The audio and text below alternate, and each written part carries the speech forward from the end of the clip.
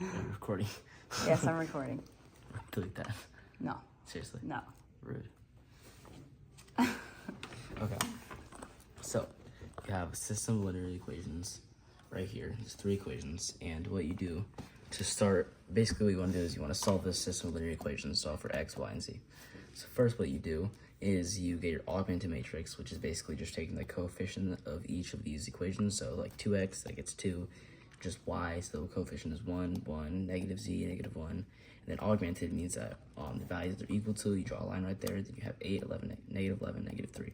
So what you do is you do that for all of the coefficients, bam, augmented matrix. So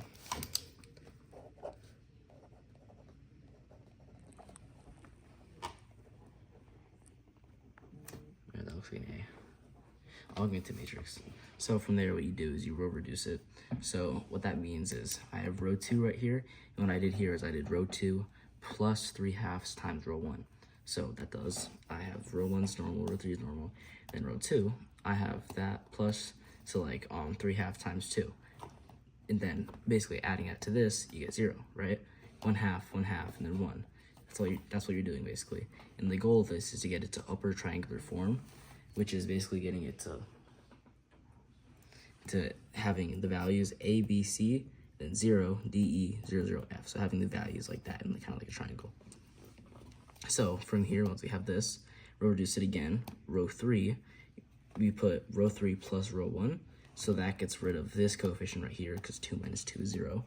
So having the same row 1, row 2, row 3, now you have 0, 2, 1, and then 5. So what that does now is you're close to having an upper triangular form. Next thing you need to do is get rid of this 2 right here. So what you do to get rid of that is R3 minus 4 times R2, because 4 times 1/2, then you get 2. So then from there, then subtracting row 3 from that 2, then you're getting 0. So 0, 0, negative 1, 1. And that's upper triangular form, which A, B, C, and then 0, D, E, 0, 0, F. So bam.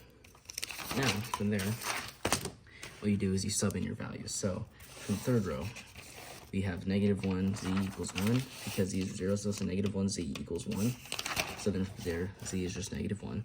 Second row, you have 1/2 y plus 1/2 z equals 1. So as you can see, 1/2 y plus 1/2 z equals 1. So from there, you can sub in your value of z equals negative 1.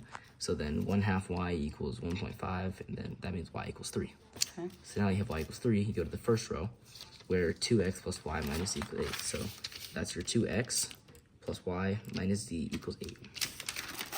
Then from there, you sub in y equals 3, z equals negative 1, and you get 2x plus 3 plus 1 equals 8. And you get z is minus 1, since it's minus z, and it's just minus minus 1, and 2 minus is equal positive.